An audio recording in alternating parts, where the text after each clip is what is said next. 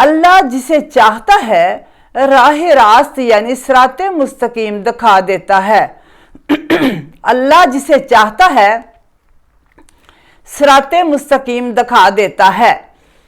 دوسری، اب اس آیہ مبارکہ میں کیا سمجھ آئی ہے، اتنا سے جو ہے تشریح سمجھ آئی ہے کہ اس میں کوئی چیز کی تبدیلی کی بات ہو رہی ہے، تو اب اس کی بات قبلہ ہے، اب قبلے کی تبدیلی کی بات ہو رہی ہے، تو اللہ تعالیٰ فرماتے ہیں کہ اے میرے محبوب، اگر آپ قبلہ تبدیل کرتے ہو تو یہ لوگ ان میں جن کے ذہن جو آپ کو فالو نہیں کرتے، ان کے ذہن میں سوال اٹھیں گے کہ کس نے ان کو جو ہے پہلے قبلے سے جو ہے وہ ہلا دیا ہے، ہٹا دیا ہے۔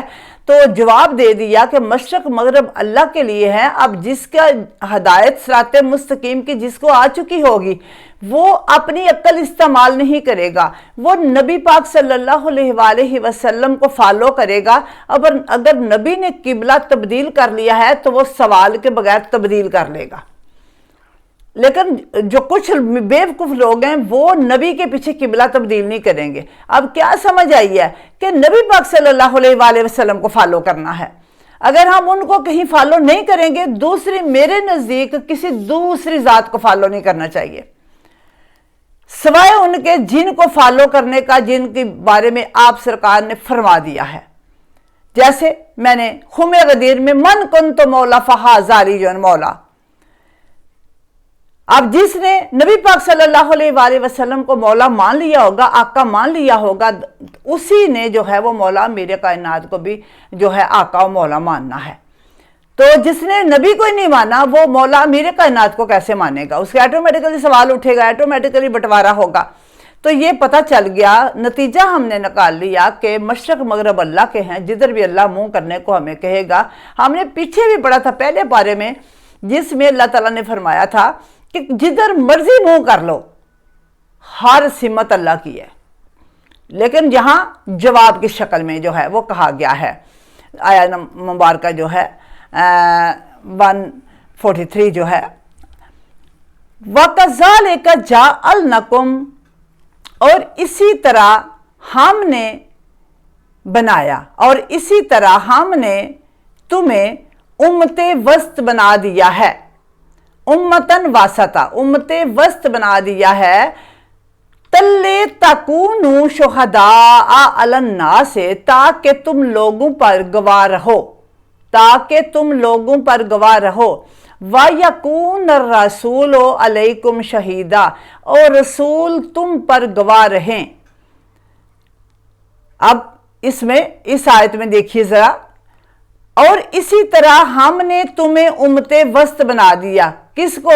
ہمیں امت وسط بنا دیا تاکہ تم لوگوں پر گواہ رہو، یعنی کہ اس امت کی فضیلت دیکھیے اپنی، یعنی امت محمد رسول اللہ صلی اللہ علیہ وآلہ وسلم کی فضیلت دیکھیے، ان کو لوگوں پر گواہ بنایا ہے، اور جو ہے نبی پاک صلی اللہ علیہ وآلہ وسلم کو سب پر گواہ بنایا ہے کہ آپ پہلے، یعنی کہ تم لوگوں پر گواہ ہو اور رسول تم پر گواہ رہیں۔